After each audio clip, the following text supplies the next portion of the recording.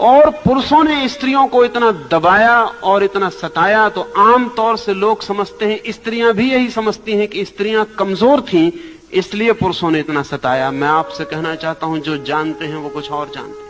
वो ये जानते हैं कि स्त्रियां इतनी शक्तिशाली थीं कि अगर न दबाई गई होती तो पुरुषों को उन्होंने कभी का दबा डाला होता।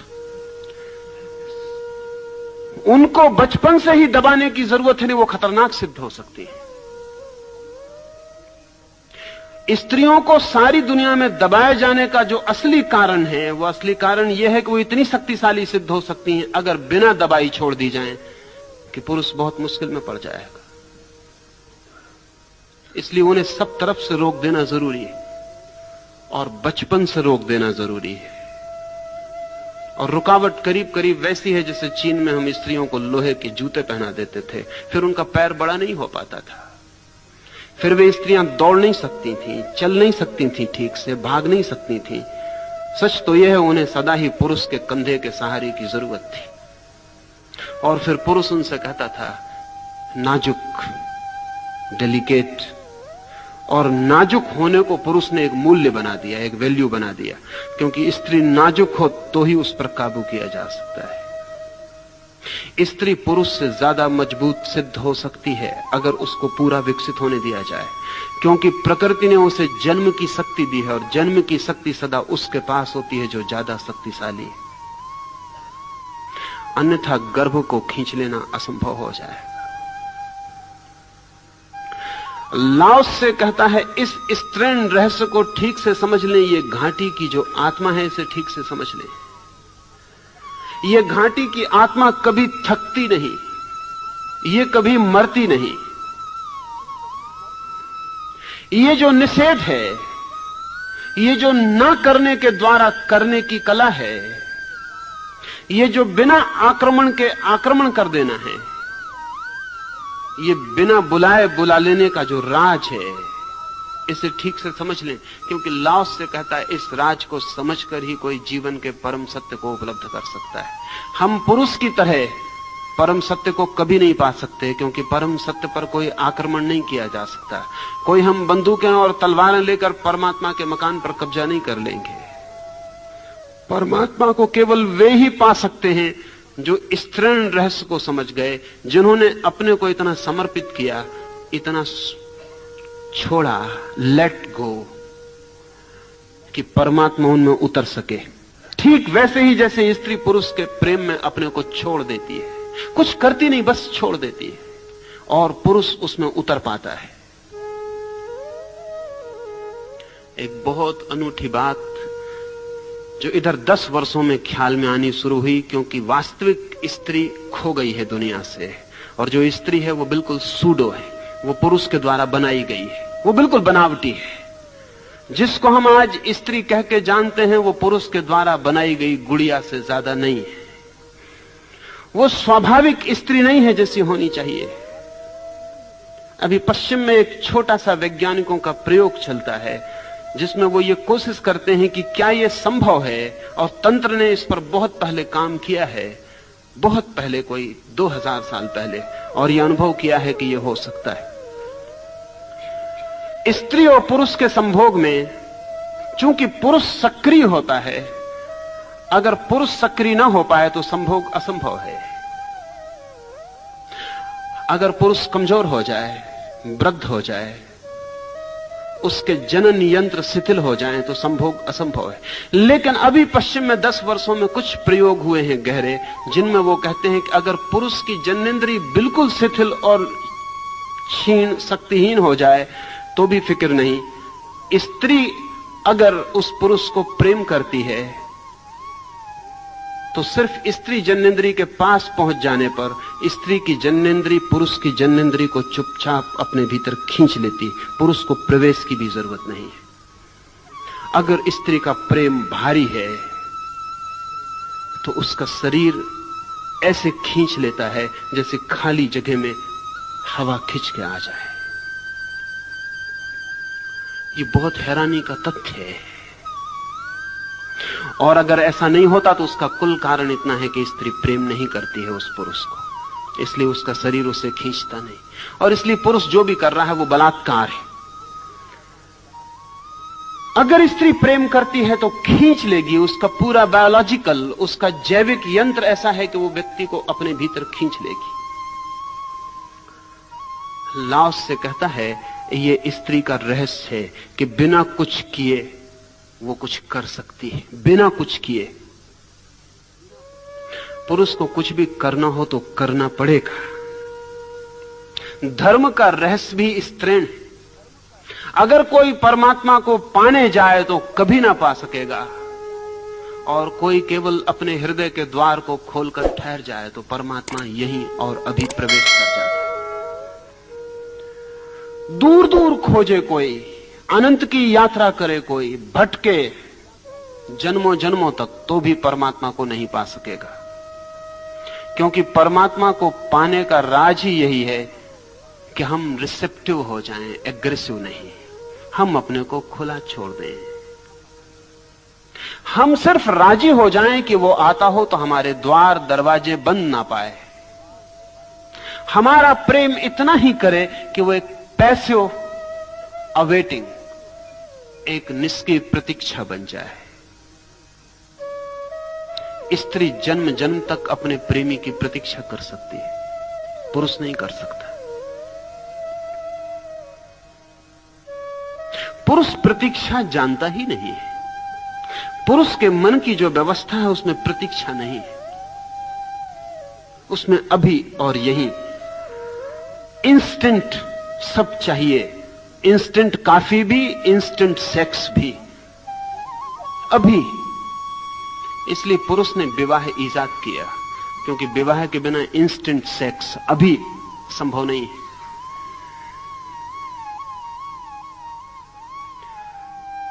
पुरुष प्रतीक्षा बिल्कुल नहीं कर सकता, आतुर है, व्यग्र है, तनावग्रस्त है। लेकिन स्त्री प्रतीक्षा कर सकती, अनंत प्रतीक्षा कर सकती। इसलिए जब इस मुल्क में हिंदुओं ने पुरुषों को विधुर रखने की व्यवस्था नहीं की और स्त्रियों को विधवा रखने की व्यवस्था की, तो ये सिर्फ स्त्रियों पर जाति ही नहीं थी, ये स्त्रियों की प्रतीक्षा के तत्व की समझ भी इसमें थी। एक स्त्री अपने प्रेमी के लिए पूरे जन्म, अगले जन्म तक के लिए प्रतीक्षा कर सकती, ये भरोसा किया जा सकता, लेकिन पुरुष पर यह भरोसा नहीं किया जा सकता।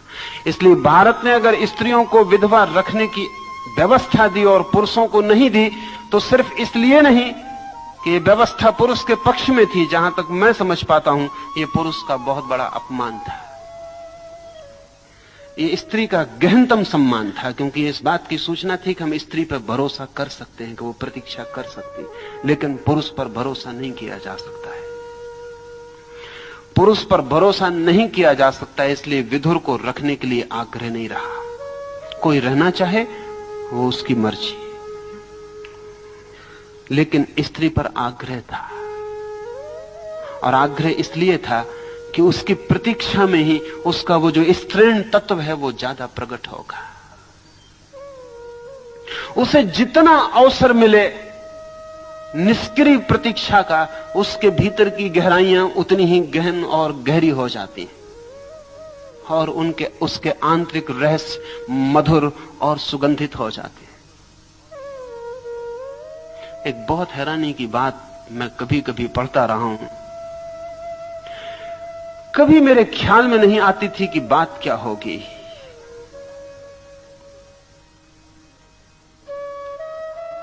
कैथोलिक प्रीस्ट के सामने लोग अपने पापों की स्वीकृतियां करते हैं, कन्फेशन करते हैं। अनेक कैथोलिक पुरोहितों का यह अनुभव है कि जब स्त्रियां उनके सामने अपने पापों की स्वीकृति करती हैं तो स्वभावतः वे भी मनुष्य हैं और केवल ट्रेंड प्रीस्ट हैं। ईसाइयत ने एक दुनिया को बड़े से बड़ी जो बुरी बात दी है वो ये प्रशिक्षित पुरोहित दिए। कोई प्रशिक्षित पुरोहित नहीं हो सकता। प्रशिक्षित डॉक्टर हो सकते हैं, प्रशिक्षित वकील हो सकते हैं, लेकिन प्रशिक्षित पुरोहित नहीं हो सकता। उसी तरह जैसे प्रशिक्षित पोएट कभी नहीं हो सकता। और अगर आप कविता को सिखा दें और ट्रेनिंग दे दें और सर्टिफिकेट दे दें कि यह आदमी ट्रेंड है कविता में, तो वो सिर्फ तुकबंदी करेगा, कविता उससे पैदा नहीं हो सकती। पुरोहित भी जन्मजात क्षमता है, साधना का फल है, उसे कोई प्रशिक्षित नहीं कर सकता। लेकिन ईसाइयत ने प्रशिक्षित किए ट्रेंड पुरोहित हैं, उनके पास डिग्रियां हैं, उनमें कोई डीडी है, डॉक्टर ऑफ डिविनिटी है। डॉक्टर ऑफ डिविनिटी कोई नहीं होता, क्योंकि सर्टिफिकेट पर जो डिविनिटी तय हो जाएगी वो डिविनिटी नहीं हो सकती। वो क्या दिव्यता होगी जो एक स्कूल सर्टिफिकेट देने से तय हो जाती हो। तो पुरोहित के पास जब स्त्रियां अपने पापों का कन्फेशन करती हैं तो ये कन्फेशन बहुत टेम्पटिंग हो जाता है, स्वाभाविक। जब कोई स्त्री अपने पाप का स्वीकार करती है और एकांत में करती है तो पुरोहित के लिए बड़ी बेचैनी हो जाती है। स्त्री तो हल्की हो जाती है, पुरोहित भारी हो जाता है। लेकिन कैथोलिक पुरोहितों का एक वक्तव्य मुझे सदा हैरान करता था, वो ये कि विधवा स्त्रियां ज्यादा आकर्षक और टेम्पटिंग सिद्ध होती। मैं बहुत हैरान था कि क्या कारण होगा। असल में विधवा अगर सच में विधवा हो तो उसके सौंदर्य में बहुत बढ़ती हो जाती, क्योंकि प्रतीक्षा उसके स्त्रीण रहस्य को गहन कर देती।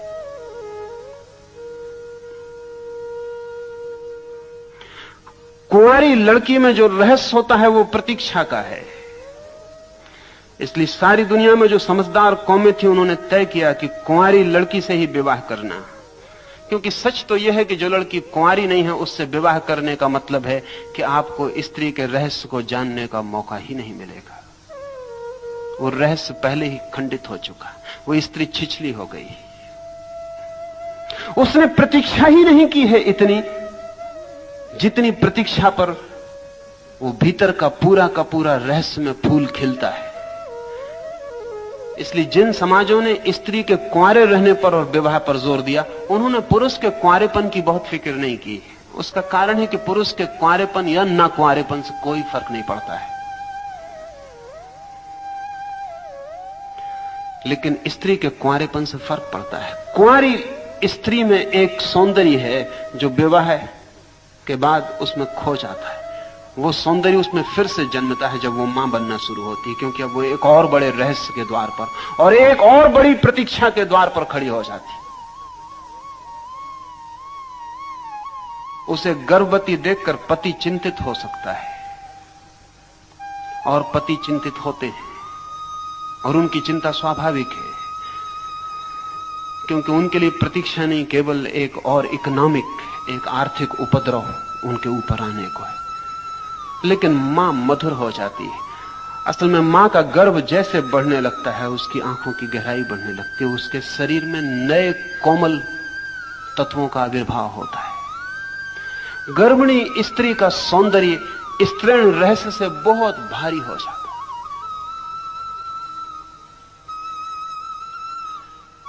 ये क्या होगा रहस्य? ये पैसिविटी इज द सीक्रेट। अब मां बनने के लिए कुछ उसे करना तो पड़ता नहीं। बेटा उसके पेट में बड़ा होने लगता है, उसे सिर्फ प्रतीक्षा करनी होती, उसे कुछ भी नहीं करना होता। असल में उसे सब करना छोड़ देना होता है, सिर्फ प्रतीक्षा ही करनी होती है। जैसे जैसे उसके बेटे का या उसकी बेटी का, उसके गर्भ का विकास होने लगता है, वैसे वैसे सब काम उसे छोड़ देना पड़ता है। वो सिर्फ प्रतीक्षा में रह जाती है, वो सिर्फ स्वप्न देखने लगती है। इसलिए अगर सारा काम स्त्री छोड़ दे बच्चे के जन्म के करीब, तो वे स्वप्न देख सकती है जो उसके बच्चे के भविष्य की सूचनाएं होंगे। इसलिए महावीर या बुद्ध की मां के स्वप्न बड़े मूल्यवान हो गए।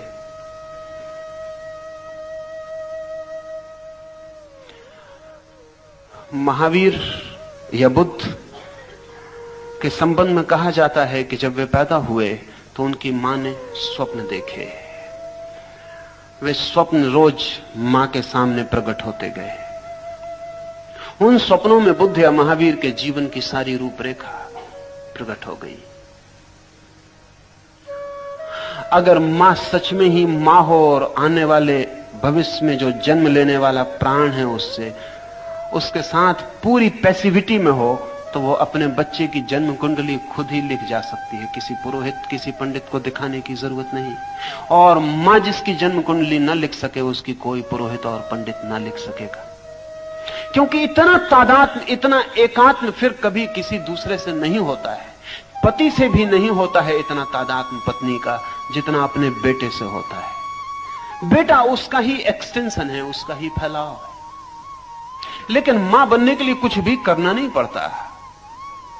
पिता बनने के लिए बहुत कुछ करना पड़ता है। मां बनने के लिए कुछ भी नहीं करना होता। मां बनने के लिए केवल मौन प्रतीक्षा करनी होती है। इस मौन प्रतीक्षा में दो चीजों का जन्म होता है, एक तो बेटे का जन्म होता है और एक मां का भी जन्म होता है। इसलिए पूरब के मुल्क जिन्होंने फेमिनिन मिस्ट्री को समझा, उन्होंने स्त्री को जो चरम आदर दिया है वो मां का, पत्नी का नहीं।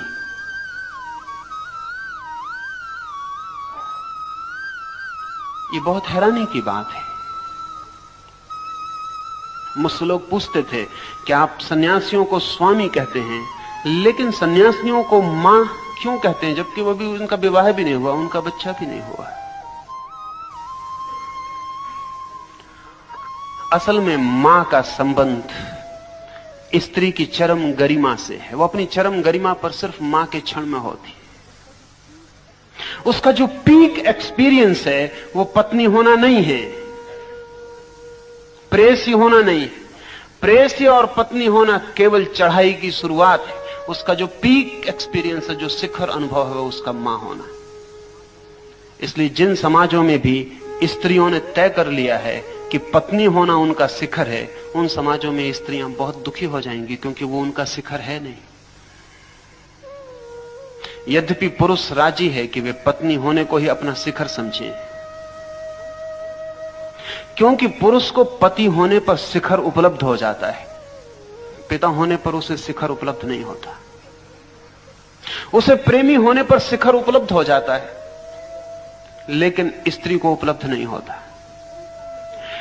स्त्री का ये जो मातृत्व का राज है, इसे लाओस से कहता है ये अंधेरे जैसा है। इसमें और बहुत सी बातें ख्याल में लेने जैसी हैं। जब पुरुष पैदा होता है, जब एक बच्चा पैदा होता है, लड़का पैदा होता है, तो उसके पास अभी सेक्स हार्मोन होते नहीं, बाद में पैदा होने शुरू होते हैं। उसका वीर्य बाद में निर्मित होना शुरू होता है। लेकिन यह जान के आप हैरान होंगे कि जब लड़की पैदा होती है तो वो अपने सब अंडे साथ लेके पैदा होती है। उसके जीवन भर में जितने अंडे प्रति माह उसके मासिक धर्म में निकलेंगे, उतने अंडे वो लेकर ही पैदा होती है। स्त्री पूरी पैदा होती है, उसके पास पूरा कोष होता है उसके एग्स का। फिर उनमें से एक एक अंडा समय पर बाहर आने लगेगा, लेकिन वो सब अंडे लेकर आती है। पुरुष अधूरा पैदा होता है, और अधूरे पैदा होने की वजह से लड़के बेचैन होते हैं और लड़कियां शांत होती हैं। एक अनइजीनेस लड़के में जन्म से होती है, लड़की में एक एट ईजनेस जन्म से होती है। लड़की के शरीर का, उसके व्यक्तित्व का जो सौंदर्य है, वो उसकी शांति से बहुत ज्यादा संबंधित है। अगर लड़की को बेचैन करना हो तो उपाय करने पड़ते हैं, और लड़के को अगर शांत करना हो तो उपाय करने पड़ते हैं। अशांत होना स्वाभाविक है। बायोलॉजिस्ट कहते हैं कि उसका कारण है कि स्त्री जिस अंडे से बनती है, उसमें जो अणु होते हैं वो एक्स होते हैं, दोनों एक से होते हैं। और पुरुष जिस क्रोमोसोम से बनता है उसमें XY होता है, उसमें एक X होता है, एक Y होता है, वो समान नहीं होते। स्त्री में जो तत्व होते हैं वो XX होते हैं, दोनों समान होते हैं। इसलिए स्त्री सुडौल होती है, पुरुष सुडौल नहीं हो पाता। स्त्री के शरीर में जो कर्व्स का सौंदर्य है वो उसके XX दोनों संतुलित अंडों के कारण है, और पुरुष के शरीर में वैसा संतुलन नहीं हो सकता, क्योंकि XY उसके एक और दूसरे में समानता नहीं है। स्त्री के व्यक्तित्व को बनाने वाले 48 अणु हैं, वो पूरे हैं 24-24।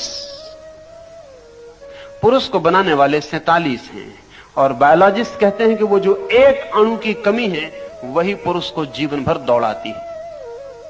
इस दुकान से उस दुकान, जमीन से चांद दौड़ाती रहती। वो जो एक कम है उसकी खोज वो पूरा होना चाहता है।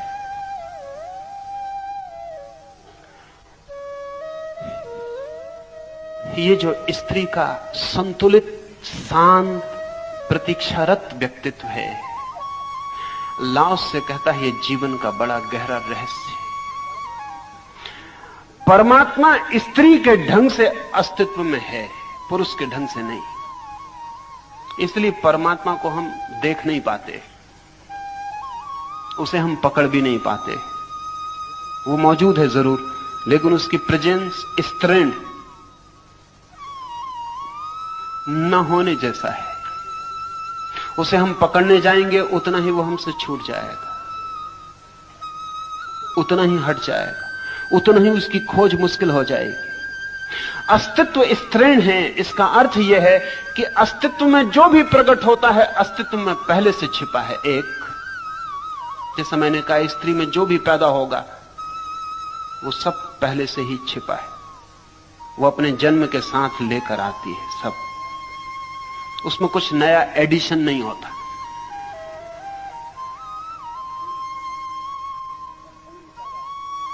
वो पूरी पैदा होती है, उसमें ग्रोथ होती है लेकिन एडिशन नहीं होता। उसमें विकास होता है लेकिन कुछ नई चीज जुड़ती नहीं। यही वजह है कि वो बड़ी तृप्त जीती है। स्त्रियों की तृप्ति आश्चर्यजनक है, अन्यथा इतने दिन तक उनको गुलाम नहीं रखा जा सकता था। उनकी तृप्ति आश्चर्यजनक है। गुलामी में भी वे राजी हो जाती है, कैसी भी स्थिति हो वे राजी हो जाती है। अतृप्ति उनमें बड़ी मुश्किल से पैदा की जा सकती है, बड़ी कठिन है, और तभी पैदा की जा सकती है जब कुछ बायोलॉजिकल कठिनाई उनके भीतर पैदा हो जाए। जैसा पश्चिम में लग रहा है कि कठिनाई पैदा हुई है, तो उनमें पैदा की जा सकती है बेचैनी। और जिस दिन स्त्री बेचैन होती है, उस दिन उसको चैन में लाना फिर बहुत मुश्किल है, क्योंकि वो बिल्कुल अप्राकृतिक है उसका बेचैन होना। इसलिए स्त्री बेचैन नहीं होती, सीधी पागल होती। या आप जान के हैरान होंगे कि स्त्री या तो शांत होती है या पागल हो जाती है, बीच में नहीं ठहरती, ग्रेडेशंस नहीं है। पुरुष न तो शांत होता है इतना, न इतना पागल होता, बीच में काफी डिग्रीज हैं उसके पास। अशांति की डिग्रीज में वो डोलता रहता है। बड़ी से बड़ी अशांति में भी वो पागल नहीं हो जाता, और बड़ी से बड़ी शांति में भी वो बिल्कुल शांत नहीं हो जाता। नीत्शे ने बहुत विचार की बात कही है। उसने कहा है कि जहां तक मैं समझता हूं, बुद्ध जैसे व्यक्ति में स्त्रीण तत्व ज्यादा रहे होंगे। बुद्ध को वुमेनिस कहा है नीत्शे ने, और मैं मानता हूं कि इसमें गहरी समझ है। सच यह है कि जब कोई पुरुष भी पूरी तरह शांत होता है तो स्त्रीण हो जाता है, हो ही जाएगा,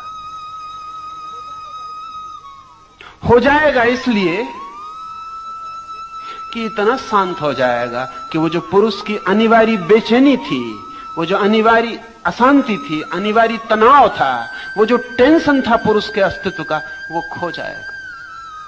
यही वजह है कि हमने भारत में प्रतीकात्मक रूप से कृष्ण की, बुद्ध की, महावीर की दाढ़ी मूछ नहीं बनाई। ऐसा नहीं कि नहीं थी,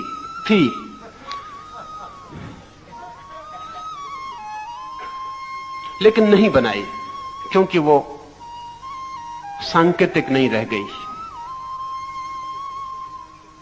सांकेतिक नहीं रह गई। वो बुद्ध के भीतर की खबर नहीं देती, इसलिए उसे हटा दिया। सिर्फ एक मूर्ति पर बुद्ध की दाढ़ी है, इसलिए लोग उस मूर्ति को कहते हैं वो झूठ है, वो ठीक नहीं है, क्योंकि किसी मूर्ति पर दाढ़ी नहीं है। महावीर की एक मूर्ति पर मूछ है, तो लोग कहते हैं कि वो कुछ किसी जादूगर ने उन पर मूछ उगा दी है। तो उस पूरे मंदिर का नाम मुछाला महावीर है, मूछ वाले महावीर, क्योंकि महावीर तो मूछ वाले थे नहीं। लेकिन महावीर में मूछ ना हो, बुद्ध में मूछ ना हो, कभी एक आध दफा ऐसी घटना घट सकती है, क्योंकि कुछ पुरुष होते हैं जिनमें हार्मोन्स की कमी की वजह से दाढ़ी मूछ नहीं होती। लेकिन जैनों के 24 तीर्थंकर हो, किसी को दाढ़ी ना हो, जरा कठिन, इतना बड़ा संयोग मुश्किल है। लेकिन वो प्रतीकात्मक है, वो इस बात की खबर है कि हमने ये स्वीकार कर लिया था कि ये व्यक्ति अब स्त्रीण रहस्य में प्रवेश कर गया, द फेमिनिन मिस्ट्री में। ध्यान रहे, जब मैं स्त्रीण रहस्य कह रहा हूं तो कोई ऐसा ना समझे कि मेरा मतलब स्त्री से ही है। स्त्री भी हो सकती है स्त्रीण रहस्य में प्रवेश ना करे, और पुरुष भी प्रवेश कर सकता है। स्त्रीण रहस्य तो जीवन का एक सूत्र है।